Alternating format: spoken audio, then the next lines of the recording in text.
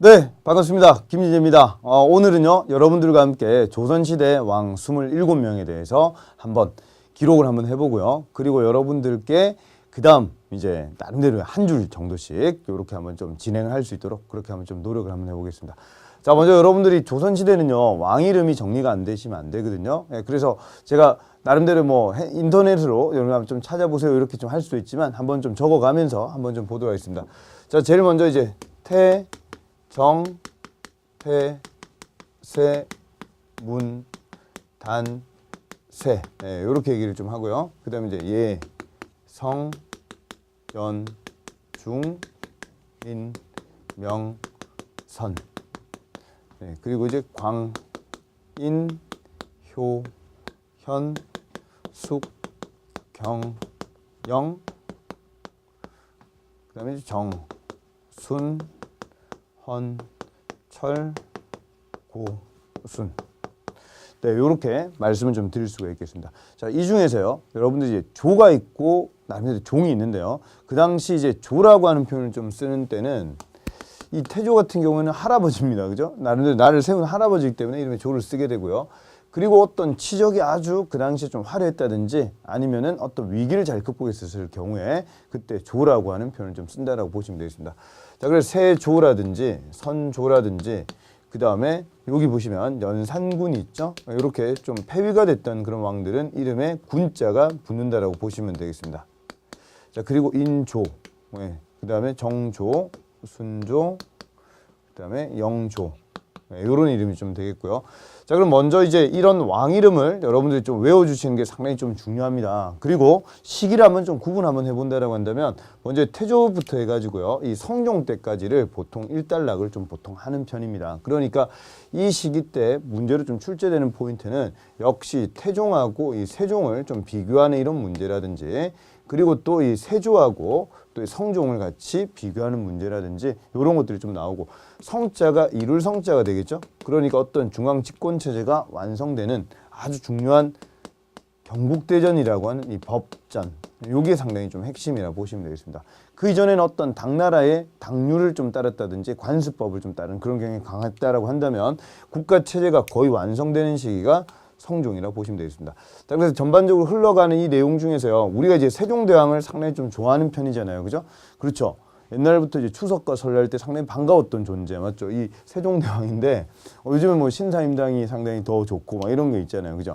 자, 그러면 세종이라고 하는 이 분은요, 정치, 경제, 사회, 문화에 있어서 절대 빠지지 않는 그런 분들이고, 이 세종대왕만 정리를 해도 한 4시간 특강이 나올 수도 있는 정도로 상당히 방대한 그런 내용을 좀 자랑합니다. 자, 그러면 여기 첫 줄에서는요, 거의 이제 이런 식으로 해서 이 세종하고요, 그 다음에 성종, 그리고 좀 많이 숨겨져 있는 얘기가 바로 이제 세조와 관계된 이런 내용들 많이 있고요.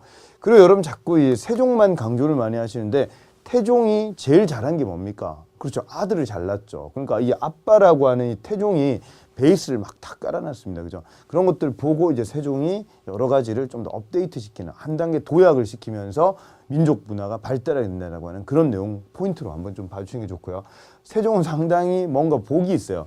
아빠 잘 만났죠. 완전 왕권 강하게 만들어놨지. 아들, 아빠가 정치 너한테 좀 맡길게. 나는 문화적인 창달에 힘쓰겠다. 그러니까 연구를 많이 하게 되죠. 그 정치적인 거를 빨리 손을 잡으니까 일찍 승하를 또 하게 되는 그 사람은 바로 또 문종이 되겠습니다. 그죠? 자, 그래서 이 성종까지 얘기를 우리가 나름대로의 그런 한 파트를 한번 정리를 한번 할 거고요. 그 다음에 이제 연산군부터 시작해가지고 어디까지 한번 좀 나눌 거냐고 하면은 여기 선조, 광해군, 인조, 효종, 여기까지 또 일단락을 좀 한번 좀 해보도록 하겠습니다. 자, 그러면 이제 각 시기별로 해서 이제 연산군 때부터 해서 이제 살림이 화를 입는 그런 내용이 사화거든요. 사화. 이상하게 살림이 화를 입었는데 사자와 함께 4번이 일어났다. 이렇게 좀 하는 생각을 좀 하시고요. 그래서 각 왕별로 여기까지가 바로 이제 사화가 일어나게 되는데 요때 이제 2번, 요때 이제 1번, 그다음에 요때 1번. 그리고 이제 중종 때 일어나게 되는 사화 중에서요. 이제 기묘사화 이런 사화가 있는데 저는 이제 수업할 때 이 조광조는 앞으로 해도 뒤로 해도 다 이름 똑같으니까 저는 토마토 이렇게 좀 얘기를 좀 합니다. 그렇죠? 그래서 이 조광조에 대한 얘기 상당히 좀 중점적이고요.